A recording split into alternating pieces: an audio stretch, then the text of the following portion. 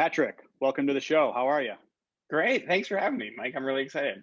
Yeah, it's great to catch up with you again. For listeners who don't know all of my backstory and history, Patrick and I met while I was doing some corporate innovation consulting at American Family Insurance. Patrick was part of the venture capital team there, and always hit it off. Worked really well together, Yep. and so I was just when I wanted to do this episode on venture capital and what it takes to sort of break into that industry and just what it's all about, Patrick was the guy I reached out to. So I really appreciate you being here, buddy. Thanks, Mike. So what I do first off with all my guests, because I just love a backstory, I want to know about what was Patrick's first job. Yeah, like going back to 14, like walking into your principal's office and submitting a work permit so you could work as a teenager.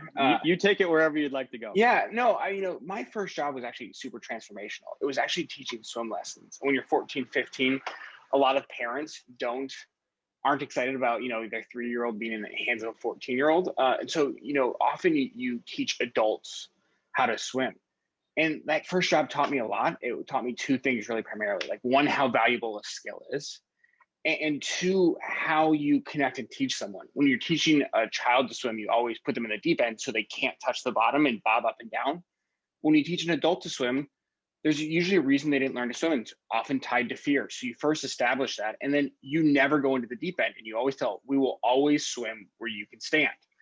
And so you only swim in the shallowest part, and that way they have no fear. You eliminate the fear of swimming, and that's how you teach it. And it was something that was just like about the importance of skill and connection that I didn't realize until I was much older, that how valuable that was.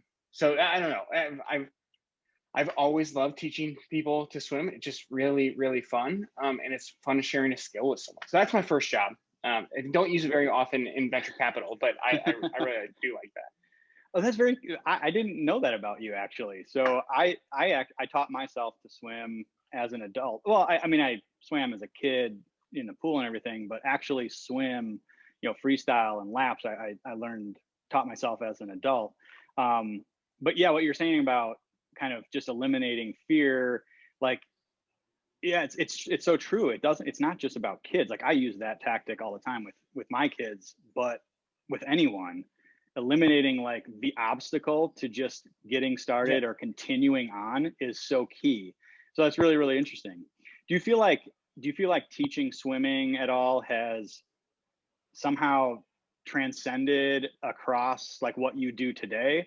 I know you kind of said you don't use the skill itself in venture capital, but did it influence any of your choices by any chance? It didn't necessarily, but what it did influence was when you have an adult that is often 3 to 6 times older than you are, right? Conquering is often their biggest fear in their life. And you're 14, right? The first thing you taught is build a connection. Hey, what made you want to learn how to swim? Yeah, this is really cool, right? You build a connection with people, right? And despite you being 14, we practice these conversations. What made you want to learn how to swim? 45 years into this, what made you want to learn swim at 50? I taught all ages, and it was about building connection. This is something I'm really scared of. And then you say, well, don't worry. We're never the first month, we may never get out of 3 feet. I will never take you out of water you can't stand.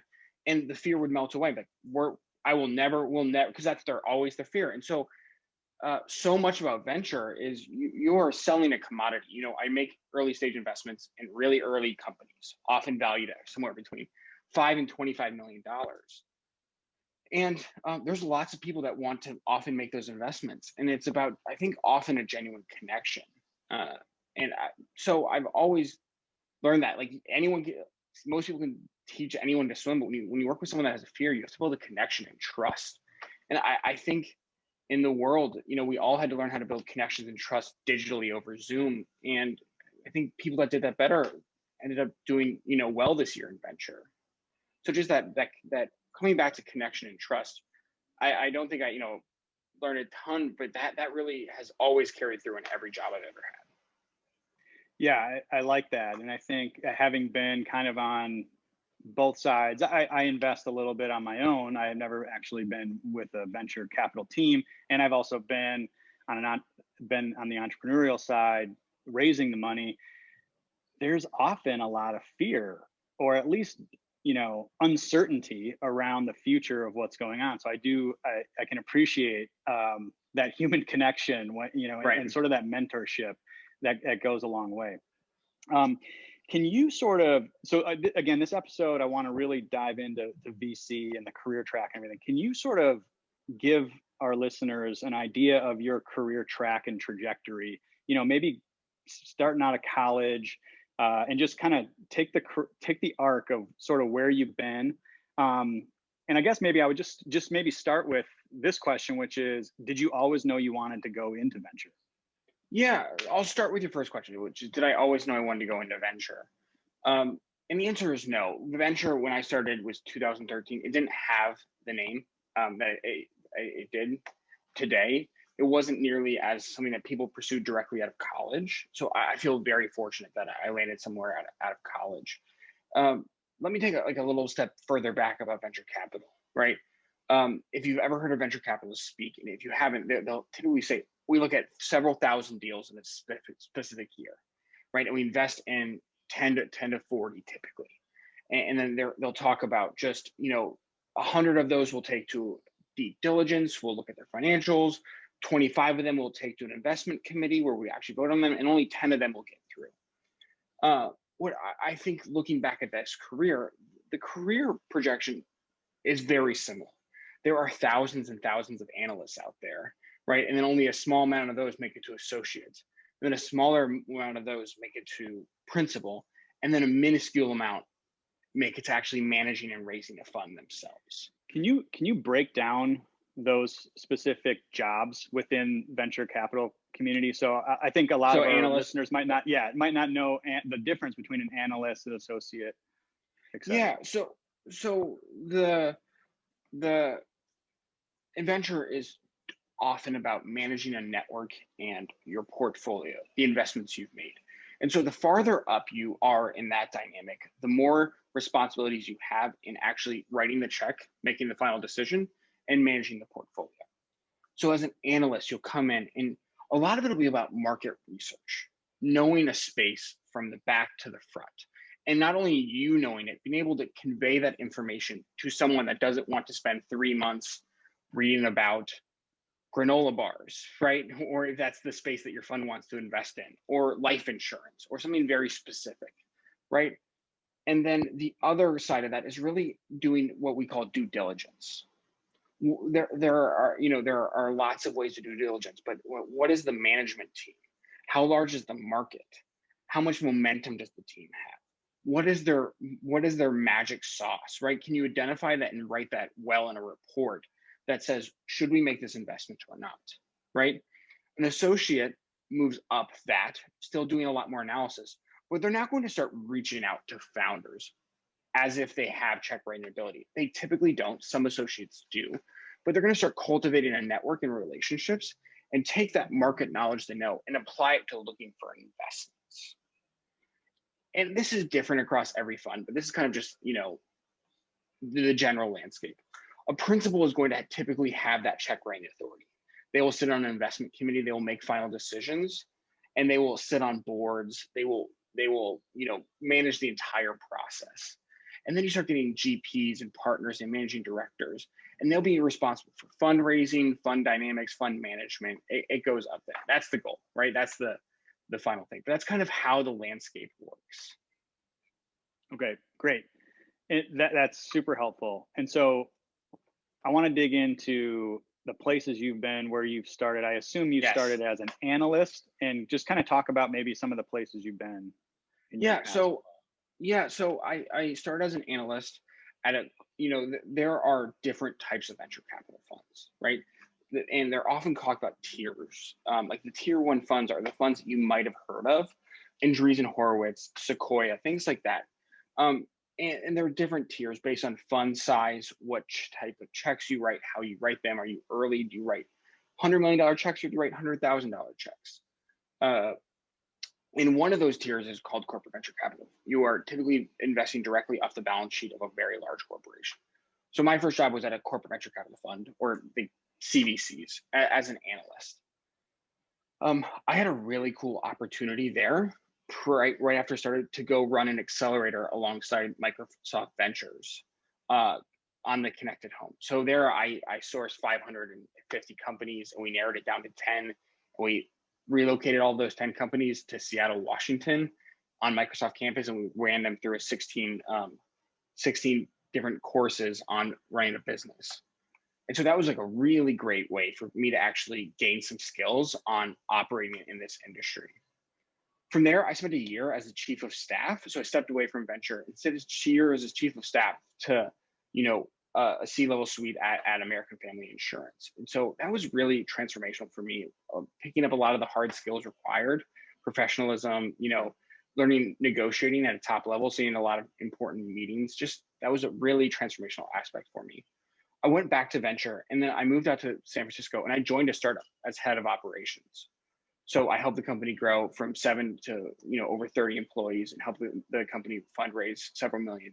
So I got to execute on that aspect of the business, and then ended up coming back to American Family Ventures as an associate. So in that bridge between check writing and management.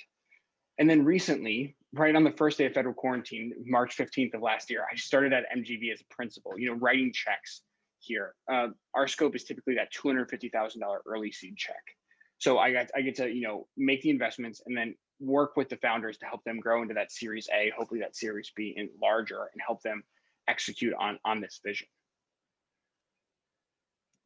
Cool. So I'm interested in you left venture, you went to a startup, you came back to venture. What was that like?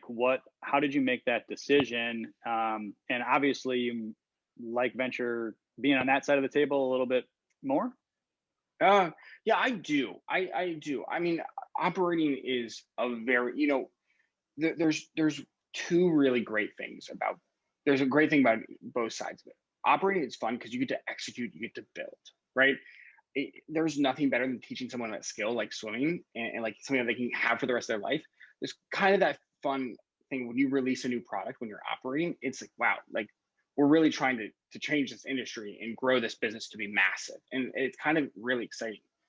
But you're growing and building all the time. In venture, you have this opportunity often, which sometimes you get to sit down and think. You get to develop thesis, you get to be thoughtful on a specific space. Where do I think this space is going in the next 2 to 5 years, and why? And then you go look for those companies, talk to those founders, get smarter on that, and evolve and evolve and evolve. In a startup, you have a ticking clock. You are burning capital faster than you are bringing money in the door. And so you often don't get that time to sit down and think, right? There is competitors, there are incumbents that are going after your market that you are going after. And so the one thing I really missed about operating was sometimes just sitting down for a day and be like, okay, let's really think about where this space is going. And venture is somewhat like, unlike many jobs, you get to actually like, all right, before I make this investment, I need to be smart in this space. How do I do that? Let me go talk to 20 experts. Let me read these research reports. In startups, sometimes you are just executing so quickly that you don't get that opportunity. So I really, I chose to operate because I wanted the skill sets. I wanted the knowledge of what it was like being on that side of the table. And I really do think I learned a lot in that year. I learned a lot of what are the things that annoy me that venture capitalists do and how to avoid those pitfalls, and what it takes to drive, and sometimes the importance of specific margins and what I should be paying attention to as an investor. Yeah, lots of data points, but I see your job as essentially like weeding through what's actually the most important oftentimes. Yep. There's so much there, but focusing on the one or two things that are actually driving the business or the metrics that you have to really keep tabs on is a key skill. Yeah. What so we kind of talked. You touched on. I mean, there's a lot of judgment that you have to develop and skills around that. You also touched on being able to think and write and communicate, like as an analyst on up to a principal. Can you talk about that and maybe some of the other just core skills that you think are really, really necessary to succeed in venture capital? Yeah, you know, ventures odd in a sense that everyone wants to invest in every space, but the more you're generous, I think the harder it is, Hmm. right? If you want to invest in health tech versus deep tech, you need to know those spaces well. You need to build a network there, and you need to know what's a good and a bad investment. Uh, so I think the first skill that I would encourage anyone is, this is a very passionate job. You're talking about deploying millions and millions of dollars into very passionate people. So pick a space that you know you're going to be passionate about and be excited about. And I would encourage a certain amount of specialization, right? Just don't say, I want to get into venture. I would pick a space, and then you can get smart enough in that space where you stepped into a room with someone, you could impress them, where you could develop thinking on the future of that space. It could be blockchain, it could be crypto, it could be insurance, it could be, it could be climate change if you're super passionate about that. But it gives you something that says, hey, this is something I'm really passionate about, and this is the way I think about that space. And if you're hiring an analyst, the person hiring you might not agree with your viewpoint, but they're going to care that you do have a viewpoint on something. And so start the number one, I think, best saying, and this is certainly not my saying, but is strong opinions weakly held. Can you build really strong opinions and then be changed often if you're wrong? And so the most important thing there is building opinions. And so it's hard to build opinions about things that you're A, not knowledgeable about, and B, you're not passionate about. So to me, it's don't just go chasing after venture. If you have a network and a pipeline to it, go for it. But if this is something you want to get into, you're excited about, pick a space that you think is exciting and you're passionate about, and then learn about that space. Talk to entrepreneurs, read about that space, and start thinking about, where do you think this space is going in the future? And you'll impress people way more with that viewpoint rather than just spitting back facts, in my opinion.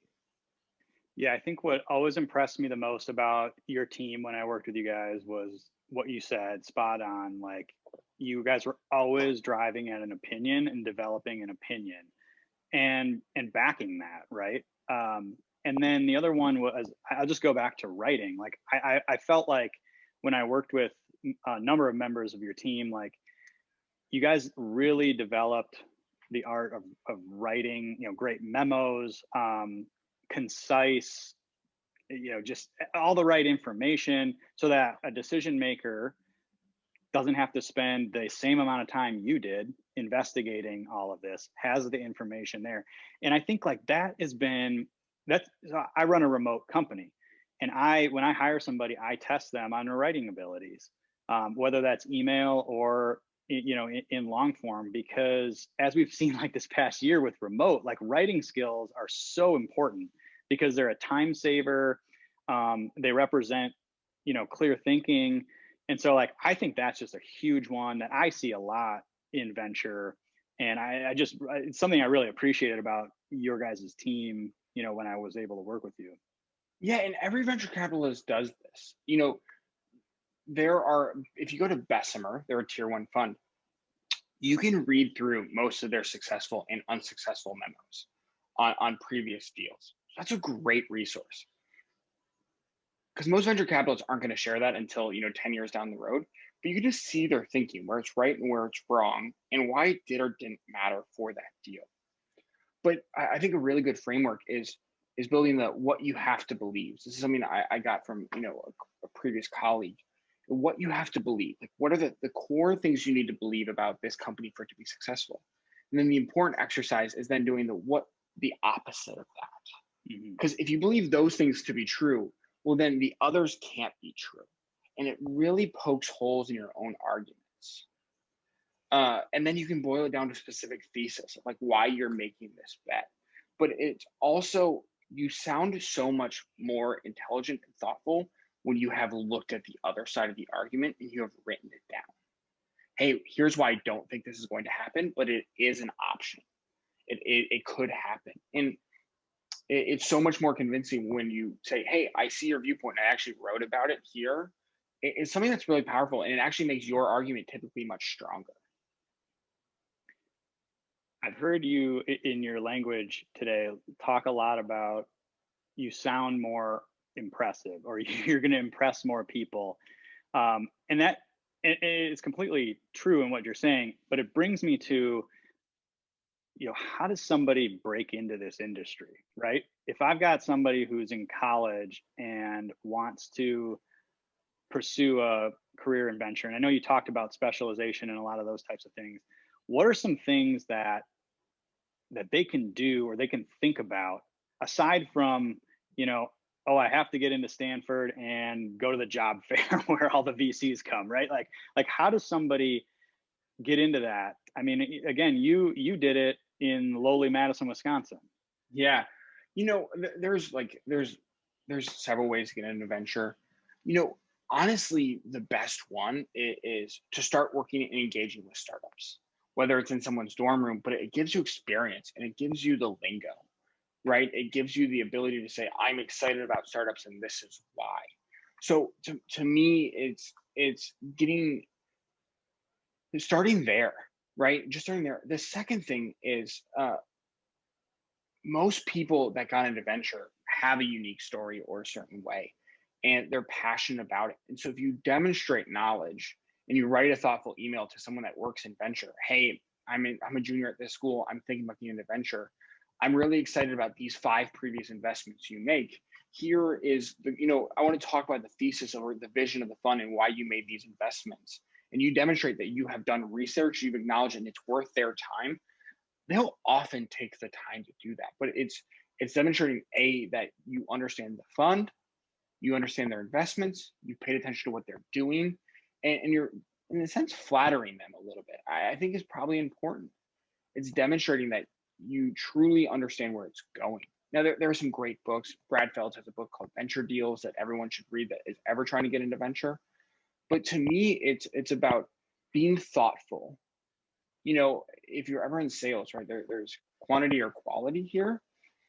To me, it's about being very thoughtful with every engagement. Venture capitalists do see thousands of deals and they make the decision typically in the first 5 minutes, whether they're going to move that forward. Does it meet their previous thesis? Do they like this space? And so I'd go in with that material being like, I want to have that person leaning towards yes, that they like me and they like my thinking before they meet me. So be super thoughtful in how you engage. And better yet, if you can network into meeting someone, it is always going to be better for you because this job is about networking. So do you have someone that will make an introduction for you and pass along your information will always be better. I didn't have that. So I'm saying that you don't need it. But I think if I learned from my own mistakes, it's about being intentional in how you reach out and how you communicate and what you're trying to accomplish. Yeah, it's great. Part of what I'm trying to do with Career Cloud is open people's eyes to their options, right? And then help them be more intentional about making those decisions that impact their career trajectory. Because I feel like, if I would have known some things that I know now when I was 25, I would have maybe made different choices or could have accelerated some of the things that have happened in my career so far. But it's that intentionality that I think a lot of people, we just miss sometimes. So that's really, really great advice. Yeah, there's so much imposter syndrome when you're looking for a job because it's a little bit eliminating that imposter syndrome and being thoughtful and intentional. But don't let imposter syndrome prevent you from reaching out to that person that you've been wanting to reach out to, or writing that email or taking that leap of faith on LinkedIn. Don't let your imposter syndrome go do the things. Imposter syndrome, I think, in job hunting is so circular because when you don't get that first job, you're like, why would I apply for the second? I'm not going to get it. Mm-hmm. And then all of a sudden you see the job posting go down. You're like, well, I didn't get that one either. Well, you never applied, right? Imposter syndrome is such a circular thing in job hunting, and it grows and grows. I just think you can't let that happen. Yeah. Another thing I've seen, obviously, it's been a huge trend, I think, amongst venture capitalists, associates, principals, what have you, is it's related to writing, but it's having a social media presence and having a blog where they demonstrate their point of view on whatever. And I think candidates can emulate that, right? Starting early, like take a lot of your tips that you're talking about, put them in a public forum, and that's showing your work product to the world. And so on that note, I know I'm always thinking about like, what are the newer social media things here? But you were one of the first people I saw really embrace Clubhouse. And I know you have an InsurTech hour. Do you do that every week? Is that weekly? Every week. Yeah. Every week. So talk a little bit about that and how you're utilizing that. And then if there's anything that you've learned from Clubhouse that could apply to, job seekers as well, or how they could leverage that platform. Yeah, so I've learned a lot about myself more than Clubhouse on this, right? So I'm in like maybe 3-4 months in. So I've done 12 to 16 of these Clubhouse where I have audio only and I interview typically an entrepreneur for an hour. And the reason I do it weekly is A, to keep a cadence, and B, to commit to it, right? That means the next week I always have to be finding someone. So I can't let imposter syndrome scare myself out, because it is putting myself out there like I've never done this before. It's building a personal brand like I've never done before. And it also requires me to be a lot more genuine in my personal brand, because I don't want my Twitter and my LinkedIn only being nonsense about Clubhouse. I want people to know that I'm a real, genuine person that's intentional and cares. And so it's posting a lot more personal stuff, opening up about my life and thoughts on investments. So I didn't expect that from it. I didn't think it would have this impact on how I put myself out there much more than I did. And then I wish I had written down my goals for this, because I always had my goals being how many people would come listen to me interviewing someone. And that, if that was my goal, I think I have failed. I typically have 20 to 30 people in the room. So not huge. I'm not a podcast, with hundreds of thousands of listeners. But what I have built is very valuable personal relationships. And I've learned.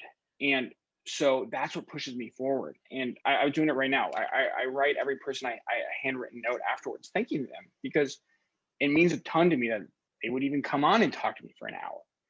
And so what I didn't anticipate was just the impact it would have on personal relationships and getting to know people in a much deeper way. And they take an hour out of their time to come do this with me.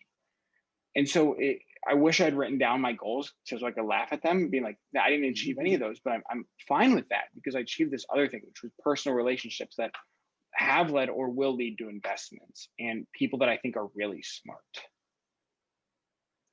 Interesting. Very interesting. Yeah, it's a platform that I've dabbled in a little bit. And I think the biggest feedback I've heard from people that I know that have used it and gone deep in it is that personal connection. There isn't like traditional marketing, monetization, avenues, right? Like to build a business on Clubhouse. But when you take those relationships that you're building and take them into a different sphere, like it becomes really powerful. And I am assuming, you're doing that as well, obviously, with the relationships that you're building. So really, really, really interesting stuff.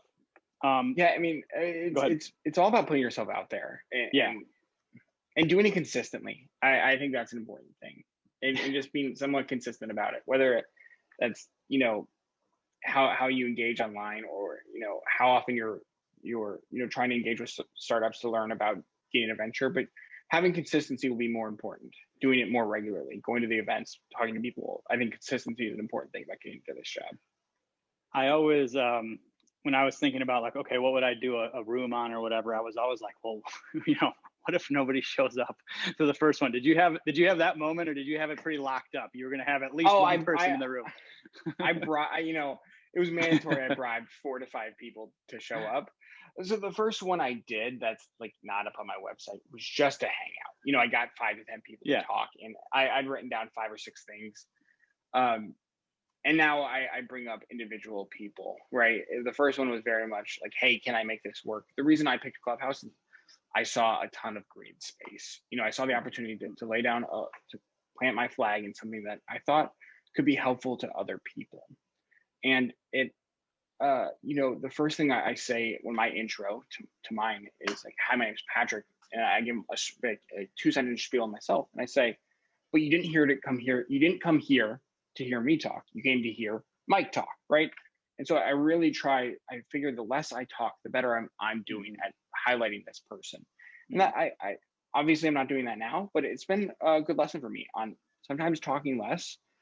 Does this need to be said? Does this need to be said now, and does this need to be said now by me, is often a good filter. And it's been, pivotal for me to just like, hey, if I can just ask those thoughtful, engaging questions, that's harder than often speaking. And so just being thoughtful and asking engaging questions is a very fun skill to hone. I'm still need a lot of work on it, but it's a fun skill to hone. Yeah, that's really interesting. That's another one of those, I'll just take it back to kids. I have 3 kids, and that's something I've learned from kids is like, sometimes I just have to not say anything and let this play out. And they'll, might resolve it themselves, or, there might be some beautiful moment there that happens because I'm not inserting myself every 2 seconds. So really, really interesting stuff. Yeah, Clubhouse is pretty cool. I suggest people take a look and again, find your green space and find your point of view and what you can maybe be passionate about, and carve out a little niche. Even if it's 20 people joining you, it's very impactful, as Patrick said. So I like that. And I'll tie the question thing back into job hunting. I think the number one skill people don't have is they'll be able to articulate well their story and their vision, but the ability to ask a really good question to someone that's interviewing you is often super undervalued. Hey, I saw your fund did this. I want to ask this question about what you think this means for the space. You are now flipping it where you get to hear someone else's opinion and you can get smarter. I just think that's a really valuable thing, going in with super thoughtful questions in the startup world, for either if you're looking for an operating role or a venture role. I think it's super undervalued. So going in with super thoughtful questions that shows you spent time thinking about the space and the future of the space is incredibly valuable. Yeah, it shows you get it. It shows you did your homework. It shows your thoughtfulness. I totally agree. And then you get to not talk for a little while too. That's which is the best part. You're like, I can't say anything stupid, right? Yeah, exactly. Very cool. I want to pivot the conversation a little bit here at the end. You got a really unique vantage point in that you see thousands of startups every single year. And so you got this vantage point into like where's job growth coming from, like in the United States, right? Like in the macro economy. And then I want to talk a little bit about remote work and how you've been impacted, and also how startups have been impacted. But maybe start off with like, where do you just see in the next 5 years, where are the jobs really coming from?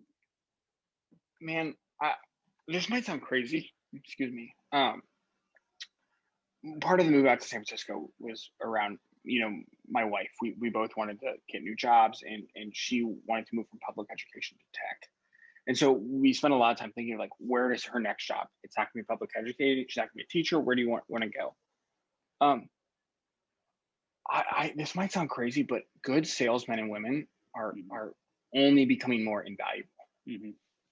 And so the skills are not hard, right? And not they're very difficult, but they're not hard. As in, do you have an engineering degree, right? But it's building connections. It's being highly organized. It is building new processes and breaking old ones, and tearing down old systems and moving forward. It's working with people. It's reporting up. It's a lot of these skills. And I just think the power of a good salesman or saleswoman is going to only continue to separate them. And I see the career of salespeople in software only becoming more significant. And there's a lot of people leaving the space just because they're retiring, that opening up a ton of jobs. And I think people are scared because they think of car salesmen or, Dunder Mifflin, right? But it's way more than that. And it's a very passionate, it has tons of roller coasters, huge ups, huge lows. But there are a ton of great managers in sales that want to see you succeed. And they're encouraged and financially enabled to see you succeed. And that's an exciting way to get your foot in the door, whether it's a startup, and you'll never stop using those skills. So maybe that's just like too easy to answer, but I don't think people consider going enough into sales and learning that backwards and forwards and doing it well, because it is if you can do it well, you are a valuable commodity for the rest of your life. I'm surprised that you said that, for sure, salespeople. But as I was listening to you talk, you were you were describing it more as a skill set, right? And sales is applicable in almost any job specialization you take, right? You have to get something approved. You have to, influence somebody in some way. So it's like, yeah, at the entry level, right? Sales is generally easy to get into. It's a great spot to learn a number of skills, and they're fully transferable into just about whatever you do. And I didn't hear you say social media selling or tech selling, at all. Yeah. You're talking about, no, like the fundamental skills of a salesperson. You could be selling anything. Like, what are those? And that's where you think a lot of job growth is. Yeah. My wife came out of teaching. I'm unbelievably impressed with her. And she's like, what are my skills as a teacher? She's like, I don't really have any. And then she got into sales. She's like, well, I need to be hyper organized. I need to be able to communicate things differently to different people based on how they learn information. And I need to know something really well, i.e. the company's product, and be able to convey that and teach someone about it. And she's like, oh my gosh, all teachers should hypothetically be great salespeople, right? They're hyper organized. They have hundreds of kids. They convey information often to children and to different parents in different households differently. And they know something, i.e. their skill set, and they have to change it every single day. And they write sub plans. They plan out their entire year. And she goes, oh my gosh, teachers are great salespeople. And it's these skills that she's learned are just invaluable. And so I do think if you're coming out of school, there are thousands of people that want to hire you as a sales development representative, an SDR. And if you can find a manager that will commit that time to you, you can learn and move up really quickly. And again, it comes back to can you so when you're selling to someone, their biggest fear is this person is going to take advantage of me and they're not going to know what I actually need. Mm-hmm. And can you use your skills and connections and trust to say, no, I'm not going to take advantage of you. I'm going to add value to you. Trust me and don't be scared. I think that ultimately comes down to it. Cool, good stuff. I wanted to ask you, my viewpoint of venture capital is there's a lot of travel involved, a lot of meeting people, a lot of palm pressing. How are you guys impacted over this past year with COVID and all these restrictions? Yeah, I mean, it's a little bit crazy giving, investing hundreds of thousands to someone that you've never met in person.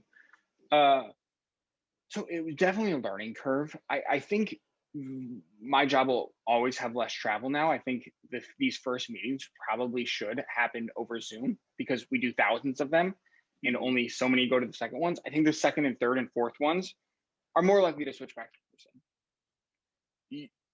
People always joke that the longest relationship you typically have is with your investors. So choose them wisely, right? They can be 10 years. And if you hate this person, you're kind of stuck with them. And so I think from an entrepreneurial standpoint, they're going to want to do diligence on us as much as we want to do it on them. I think the first meeting will be moved to Zoom, but I do think that this is an industry of trust, connection, and vision. And I do think that's ultimately shared better in person over dinner to understand someone's drive and where they're going and ask them the hard questions.